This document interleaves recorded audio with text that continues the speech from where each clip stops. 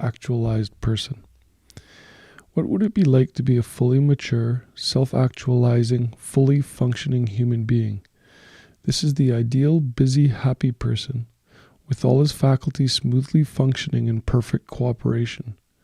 No wars going on inside, no hang-ups, no neuroses, the ideal productive person. Dr. Abraham Maslow has made a study of self-actualized people, and they stack up this way. First, these superior people have the ability to see life clearly, to see it as it is rather than as they wish it to be. They are less emotional and more objective about their observations. They are far above average in their ability to judge people correctly and to see through the phony or the fakes. Usually their choice of marriage partners is far better than average, although by no means perfect. These self-actualized people are more accurate in their prediction of future events. They see more fully, and their judgment extends to an understanding of art, music, politics, and philosophy. Yet they have a kind of humility, the ability to listen carefully to others, to admit they don't know everything, and that others can teach them. This concept can be described as a childlike simplicity and lack of arrogance. Children have this ability to hear without preconception or early judgment. As the child looks out upon the world with wide, uncritical, innocent eyes, simply noting or observing that is the case, without either arguing the matter or demanding that it be otherwise, so does the self-actualizing person look upon human nature in himself and in others. Without exception, Maslow found self-actualizing people to be dedicated to some work, task, duty, or vocation which they considered important. Because they were interested in this work, they worked hard, and yet the usual distinction between work and play became blurred. For them, work is exciting and pleasurable. Maslow found creativity to be a universal characteristic of all self-actualizing people he studied. Creativeness was almost synonymous with the terms healthy, self-actualizing, and fully human.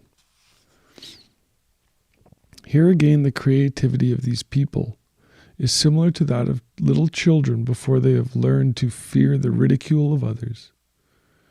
Maslow believes this to be a characteristic which is too frequently lost as we grow older. Self-actualizing people either do not lose their fresh, naive approach, or if they lose it, they recover it later in life. Spontaneity is typical of this person. Self-actualizing people are less inhibited, therefore more expressive, natural, and simple. And, of course, they have courage, the courage that is needed in the lonely moments of creation. This is a kind of daring, a going out in front all alone, a defiance, a challenge. Thus, while these persons are humble in that they are open to new ideas, they are willing to forego popularity to stand up for a new idea. The self-actualizing person has a low degree of self-conflict. He is not at war with himself. His personality is integrated. This gives him more energy for productive purposes. As Maslow puts it, truth, goodness, and beauty are in the average person in our culture only fairly well correlated with each other, and in the neurotic person even less so. It is only in the evolved and mature human being, in the self-actualizing, fully functioning person, that they are so highly correlated that for all practical purposes they may be said to fuse into a unity. Research indicates that the healthy person is most integrated when facing a great creative challenge, some worthwhile goal, or a time of serious threat or emergency. The psychologically healthy person is both selfish and unselfish, and, in fact, these two attitudes merge into one. The healthy person finds happiness in helping others. Thus, for him, unselfishness is selfish. They get selfish pleasure from the pleasures of other people, which is a way of being unselfish. Or saying it another way, The healthy person is selfish in a healthy way, in a way which is beneficial to him and to society too. What are the qualities of a self-actualized person?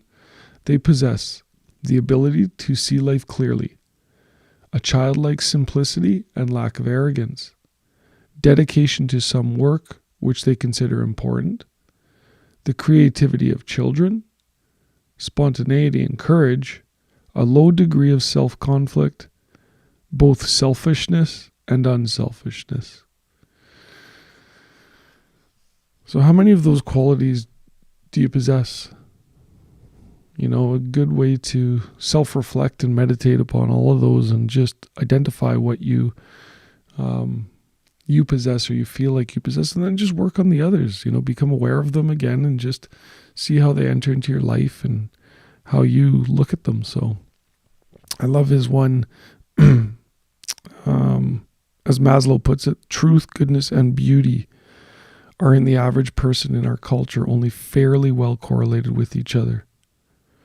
It is only in the evolved and mature human being, in the self-actualizing, fully functioning person, that they are so highly correlated that for all practical purposes they may be said to fuse into a unity.